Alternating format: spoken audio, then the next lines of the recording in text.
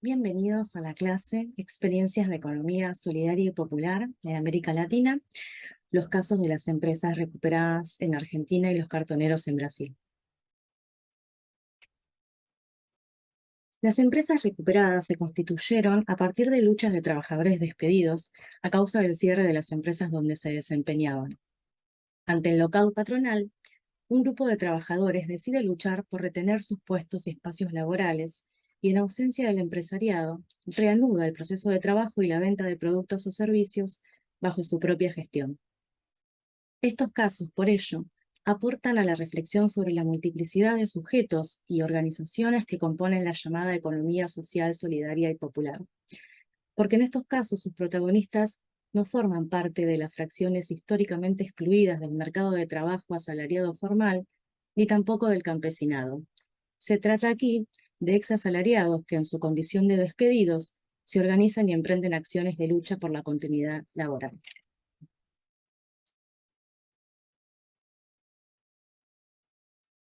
Este formato de lucha está presente al menos en 9 países de América Latina: Argentina, Brasil, Uruguay, Colombia, Venezuela, Perú, México, Paraguay y Bolivia.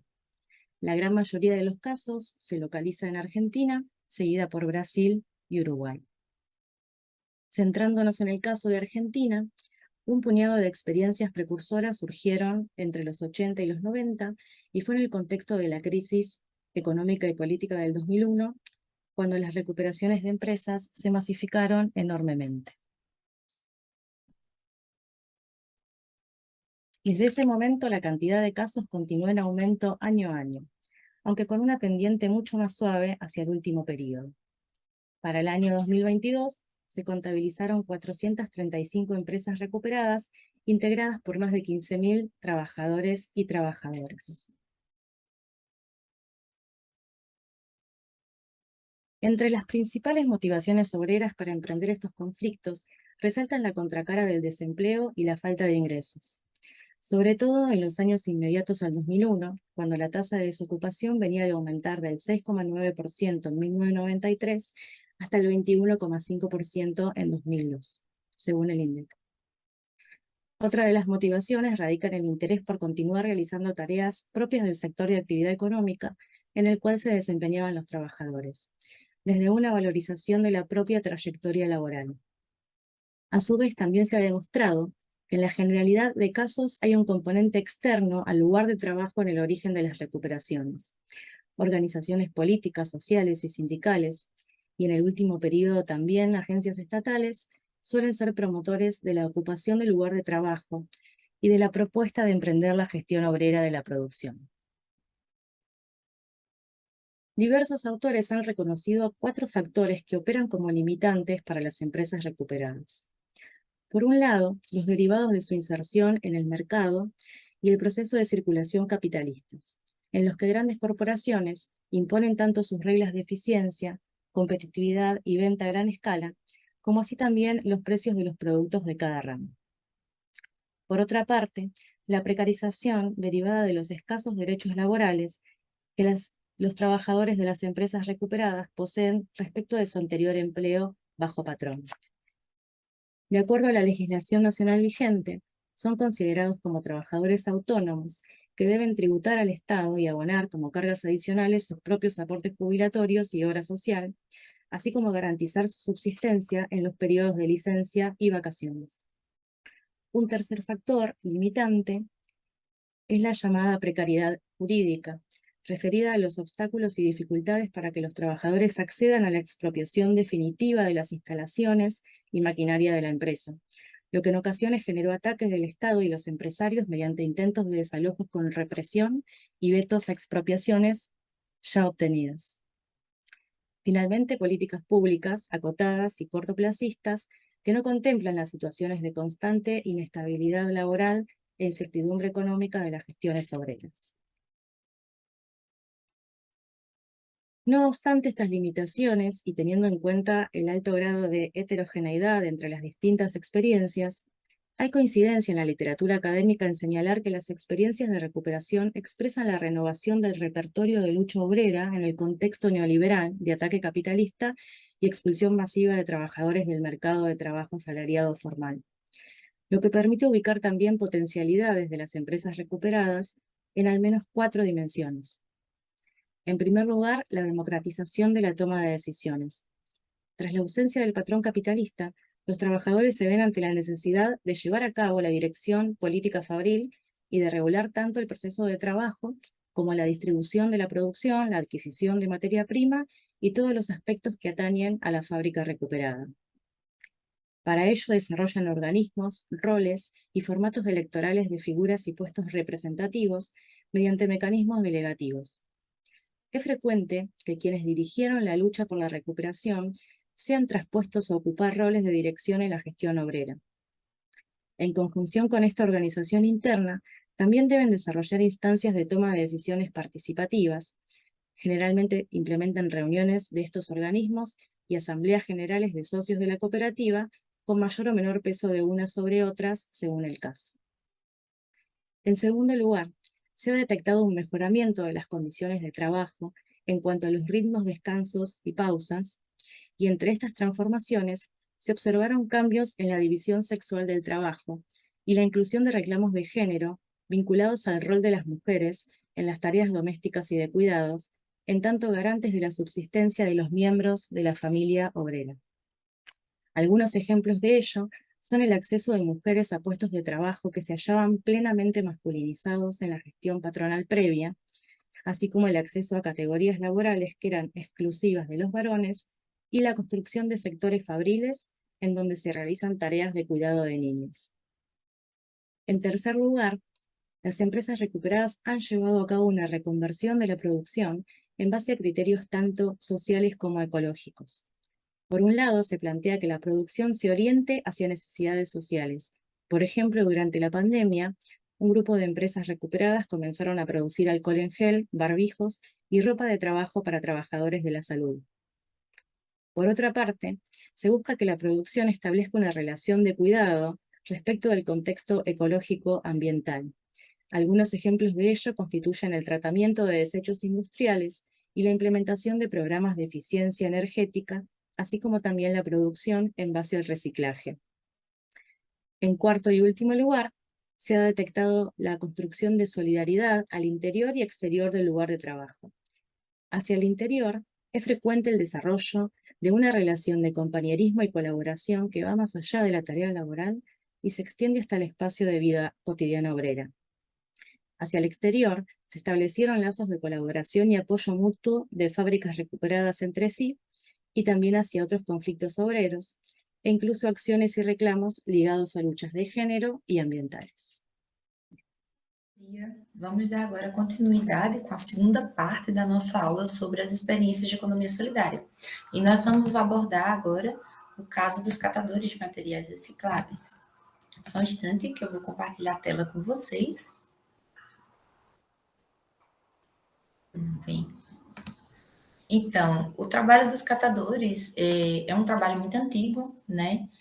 Porém, ele passa há quem diga, né, que desde o momento em que os seres humanos passam a reutilizar os metais, a gente já está falando sobre reciclagem. E a maioria não concorda muito com essa interpretação, né? Se tem um melhor entendimento de que é a partir da Revolução Industrial e principalmente com o processo de urbanização, crescimento das cidades, migração da população rural para esses centros urbanos, né? Muitas dessas pessoas, por não ter uma escolaridade muito alta, passam a atuar com trabalhos informais, entre eles com a reciclagem, né, com a coleta de materiais e comidas que eram descartados por outras camadas da sociedade.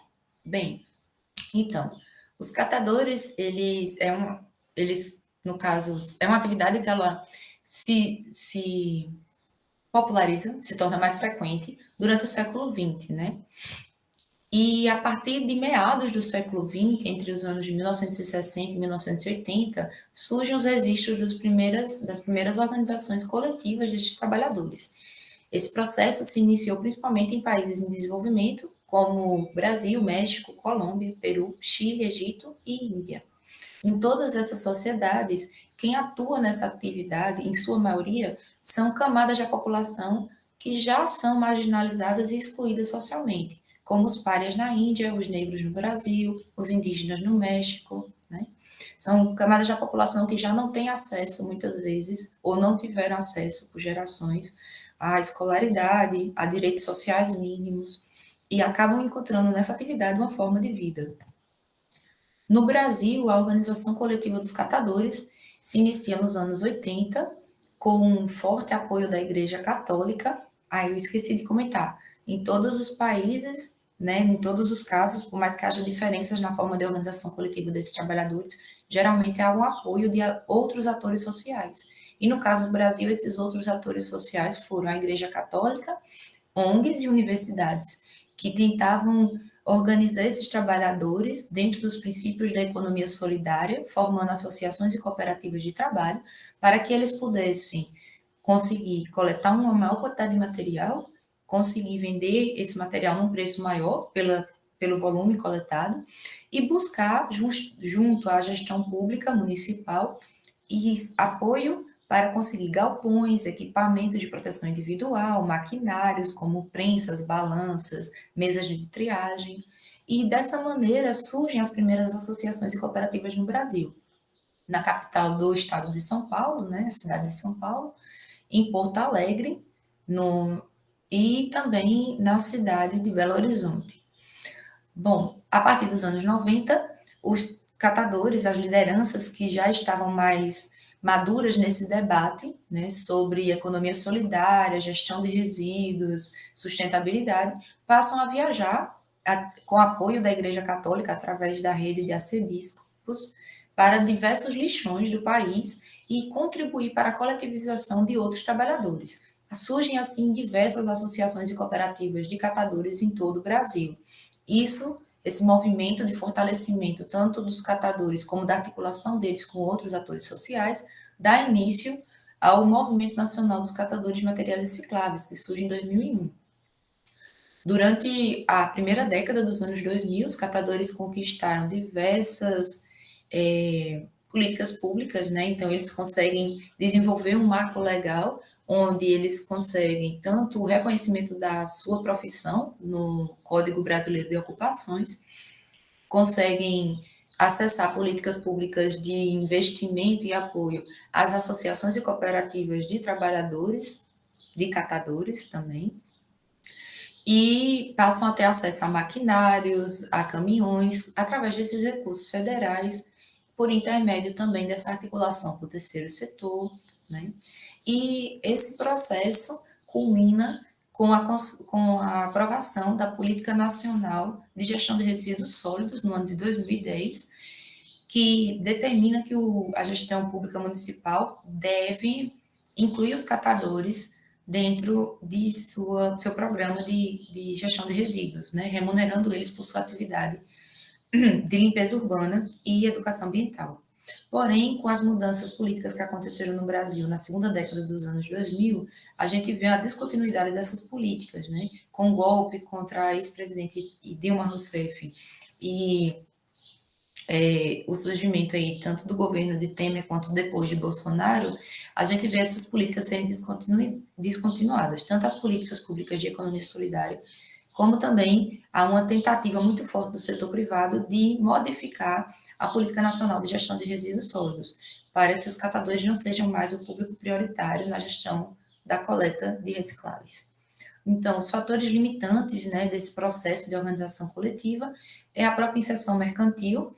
A cadeia da indústria da reciclagem é extremamente hierarquizada, né? Os catadores são o chão dessa indústria e, apesar de ficarem com um trabalho mais duro desse processo produtivo, de coletar esses materiais, recebem apenas pelo valor do próprio material em si, regulado pelo mercado internacional, não recebendo por seu trabalho, pelas horas de trabalho em que executam a coleta desses materiais. Né? A maior parte da renda, do lucro, acaba ficando com atravessadores e com as indústrias de beneficiamento e com a própria indústria de transformação desses materiais recicláveis.